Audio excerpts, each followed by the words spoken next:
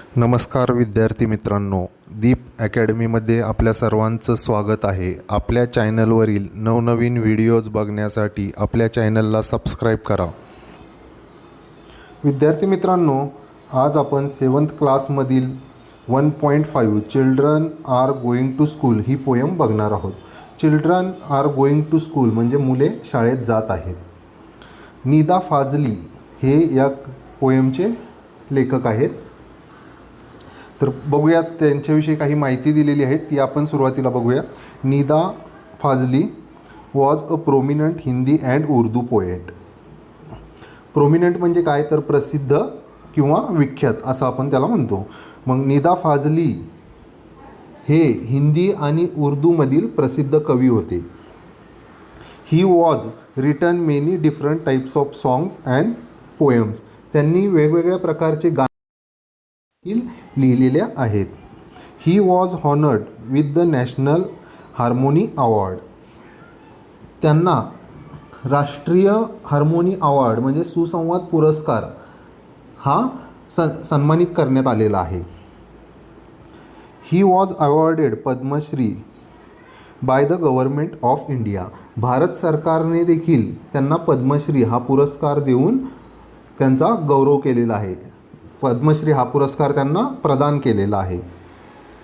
In this poem he paints a beautiful picture of the early morning when childrens go to school.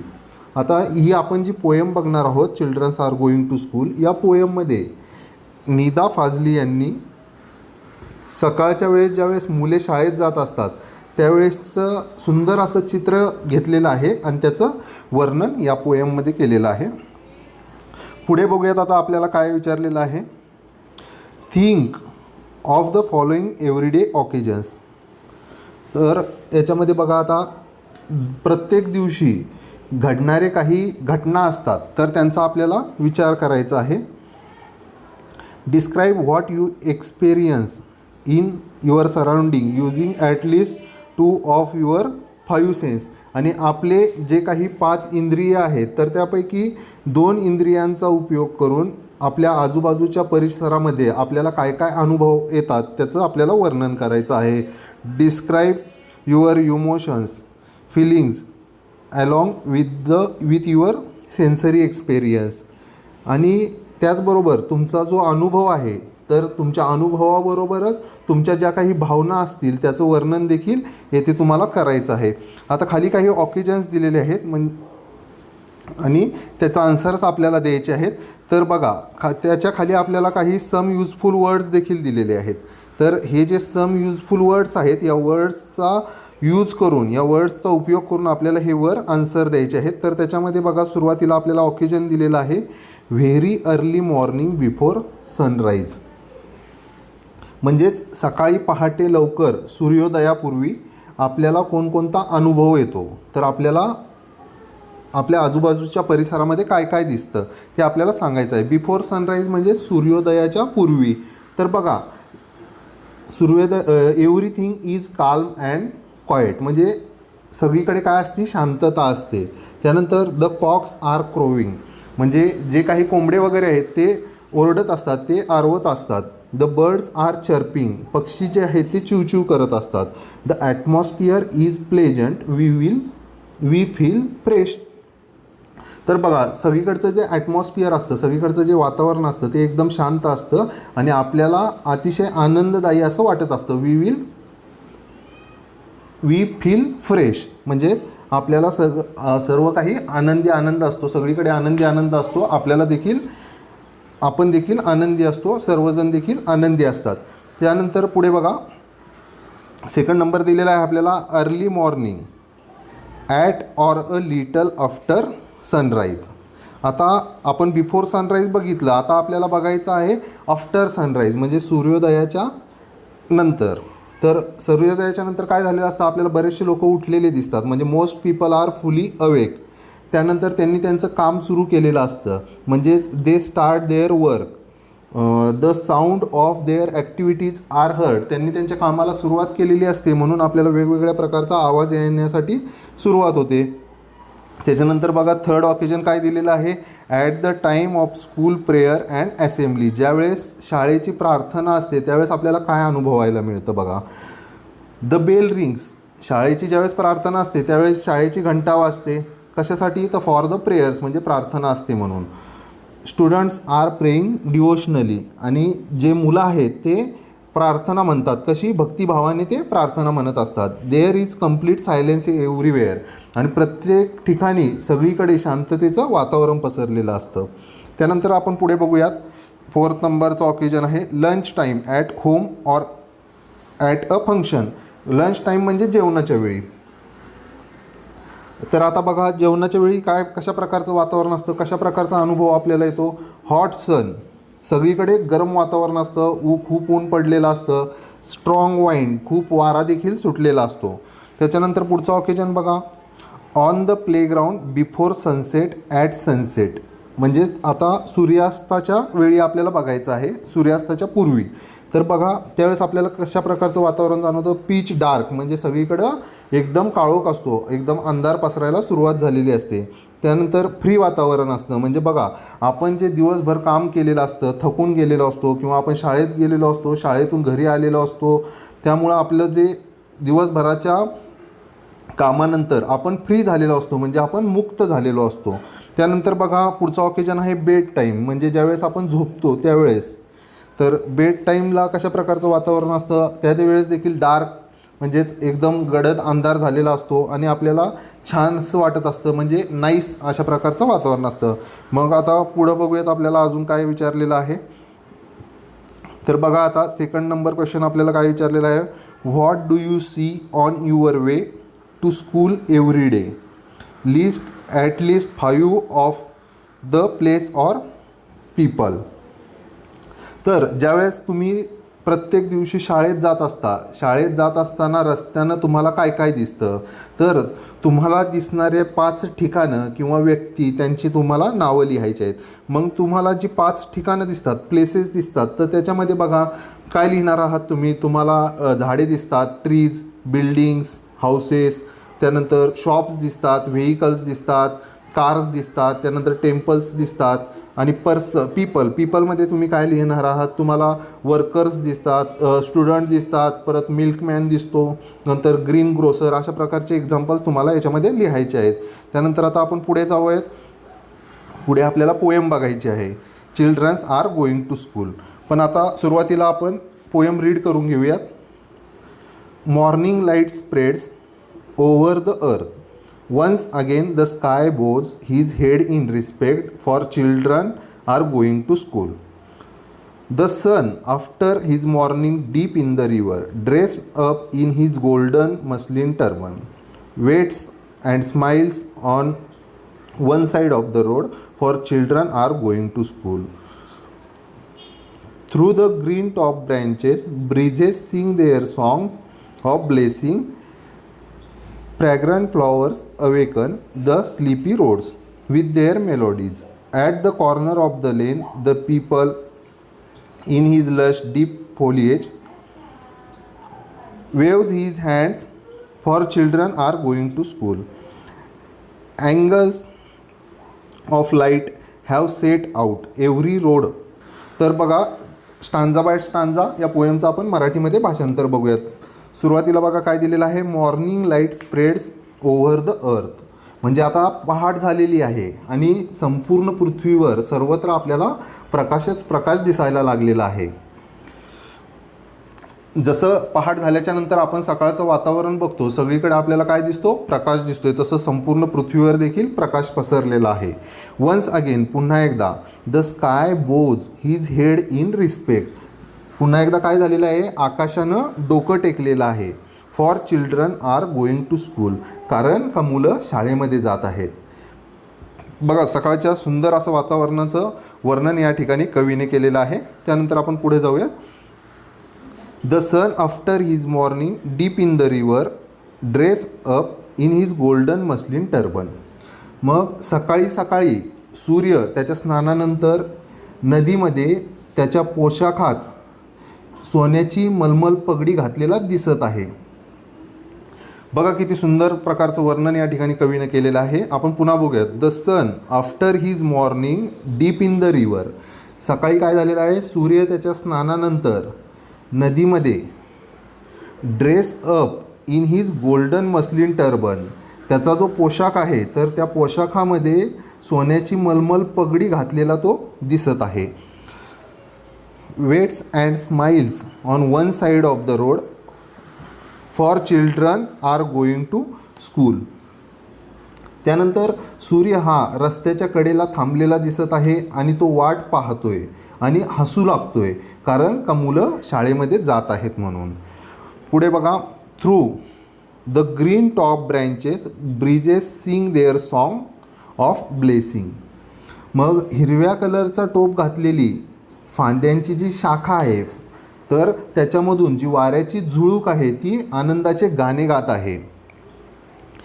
फ्रॅग्रंट flowers awaken the sleepy roads with their melodies. आणि जे सुवासिक फुलं आहेत, फ्रॅग्रंट flowers म्हणजे काय, ज्यांचा अतिशय सुंदर असा वास येतो आहे, सुवासिक वासाची जी फुलं आहेत तर ती काय करतायत, जो रस्ता झोपलेला आहे रात्रीच्या टायमाला, आता पहाट झालेली आहे म्हणून ती फुलं त्या रस्त्याला काय करत आहेत, जागी करत आहेत. कशा प्रकारे जागी करत आहेत, त्यांचा गोड असा सुगंध त्यांनी सोडलेला आहे.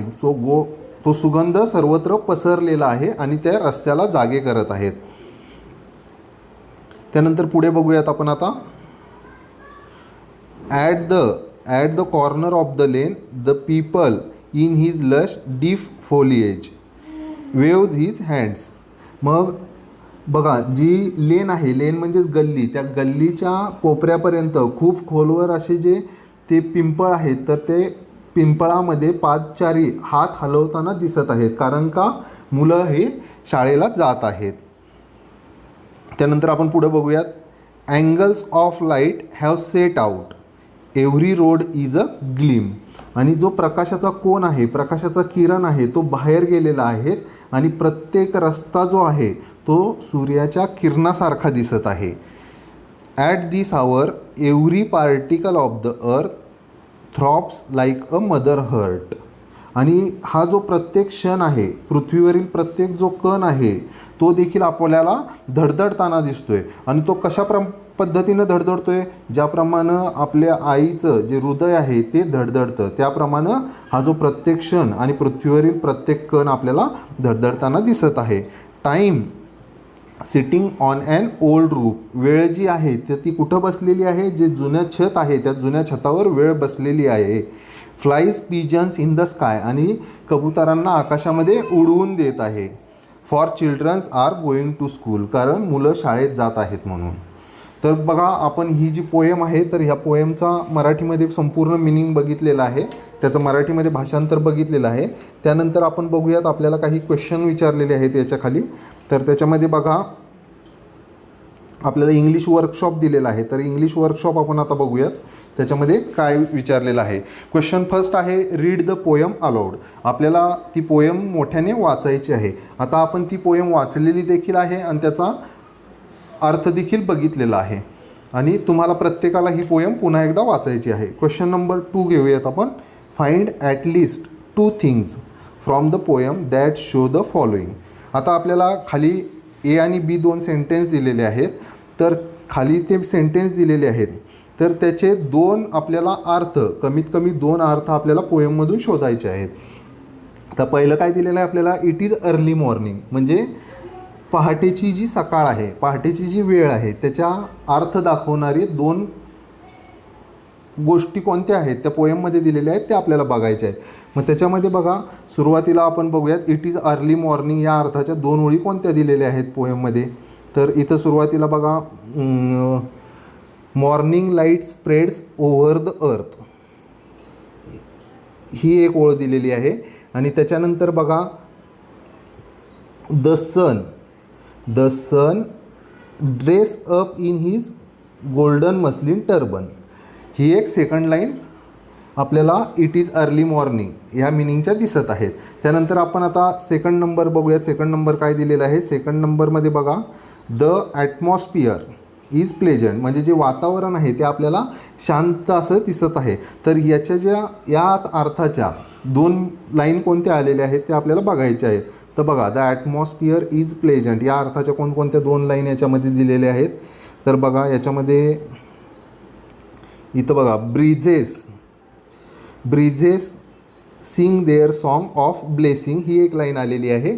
आणि त्याच्यानंतर fragrant flowers awaken the sleepy roads ही एक लाईन त्याच अर्थाची आपल्याला दिसत आहे. विथ द मेलोडीजपर्यंत आपल्याला घ्यायचं आहे. हे त्याचा आन्सर आपल्याला लिहायचं आहे. त्यानंतर आपण पुढे जाऊया. पुढे बघा, 3rd नंबरचं क्वेश्चनमध्ये काय दिलेलं आहे. Apart from the children no other human being are mention in the poem.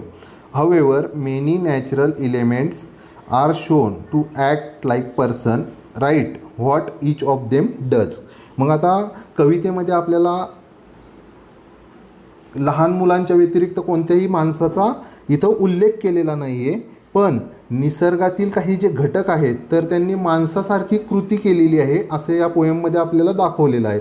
तर ते कोणती कृती करतायत, ते काय करतायत ते आपल्याला लिहायचं आहे. मग द स्कायनं काय केलेलं आहे बघा, bows his head in respect.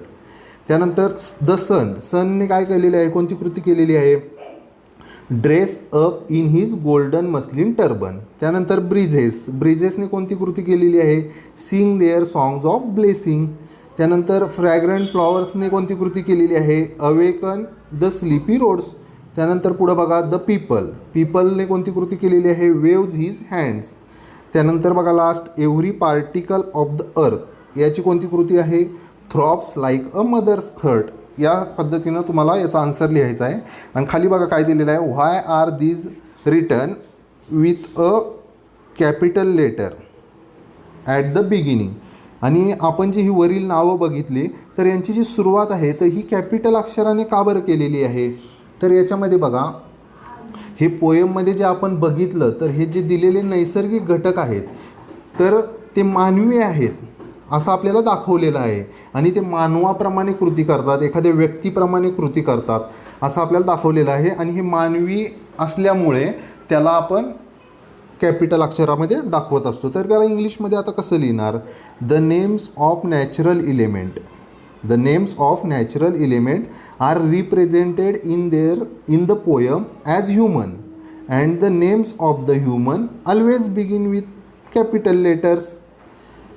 असं त्याचा आन्सर आपल्याला लिहायचा आहे. त्यानंतर आपण पुढे जाऊयात. 4th नंबरचा क्वेश्चन आपण बघूयात. व्हॉट डज टाईम डू म्हणजे वेळ काय करत आहे. What do we understand from his action. आणि तिची जी कृती आहे तर त्याच्यातून आपल्याला काय समजत आहे. म्हणजे बघा त्याच्यामध्ये आपल्याला आन्सर कसं लिहिणार आहे. आपल्याला पोएममध्ये आपण लास्ट ओळ बघितली, time is sitting on the old roof and flying pigeons in the sky. तर त्याचा अर्थ काय होतो, बघा, वेळ ही लोक काय करत आहेत ते बघत आहे आणि लोकांना समजून देखील देत नाही. आणि हीच जी वेळ आहे ती किती लवकर निघून जात आहे हे लक्षात देखील येत नाही आहे. मग त्याला इंग्लिशमध्ये कसं लिहिणार, time shows us, time is watching the activity of people. म्हणजेच टाईम हा लोकांची काय करत आहे, कृती बघत आहे. विदाऊट बिईंग नोटीस, त्यांना कोणतीही समज होऊ न देता, त्यांना समजू न देता. And is passing very quickly, आणि तीच वेळ एकदम लवकर निघून जात आहे. अशा पद्धतीने याचा आन्सर तुम्हाला लिहायचा आहे. त्यानंतर आता आपण पुढील क्वेश्चनकडे जाऊया. Question number 5. The whole world is happy because childrens are going to school. Why is it so, discuss it in the classroom. मग आता मुले शाळेत जात आहेत म्हणून जे सर्व जग आहे, सर्व जगातील लोक आहेत ते आनंदात आहेत, असं का बरं असावे असं तुम्हाला वाटतंय. तर याची वर्गामध्ये तुम्हाला चर्चा करायची आहे. पण बघा, आता मुलं शाळेत जात आहेत म्हणून संपूर्ण जग हे आनंदी आहे. कारण का बघा, त्यांनी चांगलं शिक्षण घ्यावं, त्यानंतर मुलांना चांगली प्रगती करावं असं प्रत्येकाला वाटत असतं. तर मुलांनी यशस्वी व्हावं, त्यांनी यशस्वी असं जीवन जगावं. आणि शिक्षण हीच खरी मुलांची संपत्ती असते, शिक्षण हीच खरी मुलांची काय असते, ताकद असते. त्यामुळं सर्व जग हे आपल्याला आनंदी दिसत आहे. तर त्याला इंग्लिशमध्ये कसं लिहिण्याचा प्रयत्न करणार, parents of the childrens to go to the school for their education. मुलांना कशामुळे शाळेत पाठवतात, त्यांच्या शिक्षणासाठी. वॉन्ट देअर प्रोग्रेस, त्यांची प्रगती होण्यासाठी. Want them to live successful life, त्यांना यशस्वी असं जीवन जगण्यासाठी. इट इज देअर रिस्पॉन्सिबिलिटी, आणि हीच त्यांची काय असते, क्षमता असते. They are happy to see them attending school, आणि जर मुलांनी शाळेमध्ये जर ते रेग्युलर गेले तर ते त्यांचे जे पालक वगैरे असतात ते एकदम आनंदित राहतात. असं आपल्याला त्याचा आन्सर लिहायचा आहे. मग त्यानंतर आपण पुढच्या क्वेश्चनकडे जाऊयात. Question number 6. If you were to draw a picture of the scene described here, what colors will you use? Mention the object and the colors using line from the poem and your imagination. बघा याच्यामध्ये काय सांगितलेलं आहे, या पोएममध्ये जे काही वर्णन केलेलं आहे, तर असे काही वर्णन केलेले दृश्य आपल्याला घ्यायचे आहेत आणि त्याचे चित्र काढायचे आहेत. तर त्याच्यामध्ये तुम्हाला कोणकोणते रंग तुम्ही वापरणार आहात ते तुम्हाला कल्पना करून त्याला रंग वगैरे नमूद करायचं आहे. तर बघा पोएममध्ये काही लाईन्स दिलेले आहेत, आपल्याला त्याचे चित्र वगैरे काढता येतील. म्हणजे बघा, the sun dressed up in his golden muslin turban, ही जर आपण लाईन घेतली तर त्याच्यामध्ये बघा सनचं चित्र आपण काढू शकतो. त्यानंतर टर्बन म्हणजे पगडी, तर तिचं देखील चित्र आपण काढू शकतो.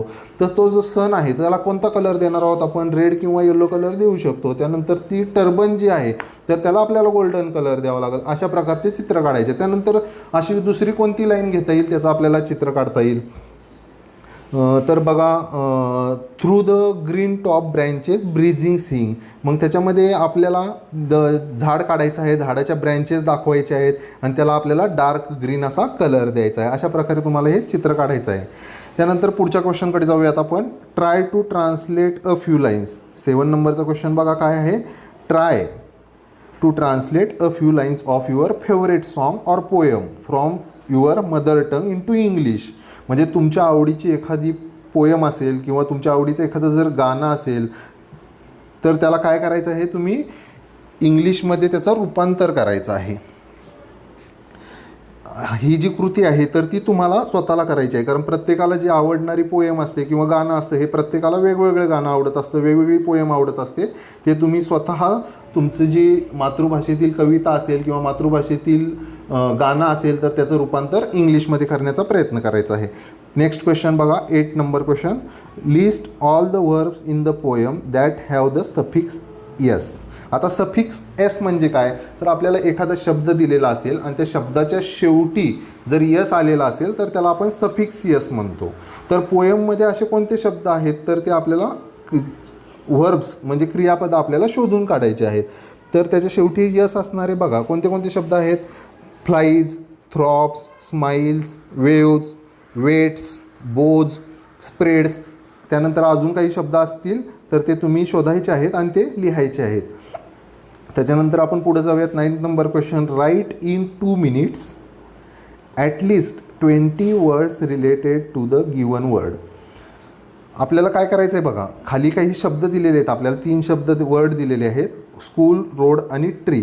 तर त्या शब्दाच्या रिलेटेड आपल्याला कमीत कमी 20 शब्द लिहायचे आहेत. किती मिनटामध्ये, फक्त 2 मिनटामध्ये लिहायचे. मग पहिले बघा स्कूलच्या रिलेटेड तुम्ही काय काय लिहिणार आहात. आता स्कूलमध्ये टीचर असतात, स्टुडंट असतात, बेंचेस असतात, नंतर स्टडी, टीचिंग, लायब्ररी, क्लासेस, त्यानंतर बेंचेस, ब्लॅकबोर्ड, डस्टर, असे जेवढे काही तुम्हाला शब्द आठवत असतील तर ते तुम्ही 2 मिनटामध्ये पटापट लिहिण्याचा प्रयत्न करायचा आहे. त्यानंतर रोडच्या रिलेटेड काय काय शब्द तुम्ही लिहिणार आहात. Traffic, bike, vehicles, 4 wheeler, signals, corner, shop, clean, नंतर ब्रॉड म्हणजे रुंद असा रोड असतो, रफ असतो, खरबुडा असतो, क्राऊड असते म्हणजे गर्दी देखील असते रोडवर. असे भरपूर सारे शब्द तुम्हाला लिहायचे आहेत. त्यानंतर ट्री म्हणजे झाड. मग झाडाच्या विषयी कोणकोणते शब्द तुम्ही लिहिण्याचा प्रयत्न करणार आहात. याच्यामध्ये बघा बिग म्हणजे मोठे मोठे झाडं असतात, स्मॉल देखील असतात. त्यानंतर लीव्ज, फ्रूट्स, रूट्स, त्यानंतर branches, bird, flower, wood, furniture, shelter, नंतर शॅडो. असे जेवढे तुम्हाला काय काय लिहिता येतील तेवढे शब्द तुम्ही याच्यामध्ये लिहायचे आहेत. चला तर पुढे 2 minutes ऑफ ओरल वर्क. 2 मिनटाचं ओरल वर्क आहे तर ते आपल्याला बघायचं आहे. Tell words beginning with each letter of the following words. Example, time, T, ice cream, mouse, engine. आपल्याला एक एक्झाम्पल दिलेलं आहे बघा, आपल्याला खाली एक शब्द दिलेला आहे टाईम म्हणून. तर त्या टाईम या वर्ड्समध्ये, टाईम या शब्दामध्ये 4 अक्षरं आलेले आहेत, TIME. आणि त्या प्रत्येक अक्षरापासून आपल्याला एक एक शब्द लिहायचा आहे. म्हणजे टीपासून टी लिहिलेला आहे, आयपासून आईस्क्रीम लिहिलेलं आहे, एमपासून माऊस लिहिलेला आहे आणि ईपासून इंजिन लिहिलेलं आहे. तसं आपल्याला खाली काही वर्ड्स दिलेले आहेत, त्यांचं देखील आपल्याला तशा पद्धतीने उत्तर लिहायचं आहे. मग बघा, लाईटचं कसं लिहिणार आहात. यलपासून आपल्याला लिहिता येईल लॉयन, आयपासून इंक, जीपासून आपण लिहू शकतो गोट, एचपासून हॉल आणि टीपासून टेबल. त्यानंतर अर्थचं कसं लिहिणार आहात. ईपासून एग, एपासून एअर, आरपासून लिहिणार आपण रॅट लिहूया. त्यानंतर टीपासून टॉवेल, एचपासून हॉर्न. त्यानंतर बघा टर्बन, स्लीपी, पिजन्स हे देखील आपल्याला वर्ड दिलेले आहेत. आणि त्या वर्ड्सपासून तयार होणारे, प्रत्येक अक्षरापासून तयार होणारे शब्द तुम्हाला लिहायचे आहेत. आणि हे अतिशय सोपं आहे.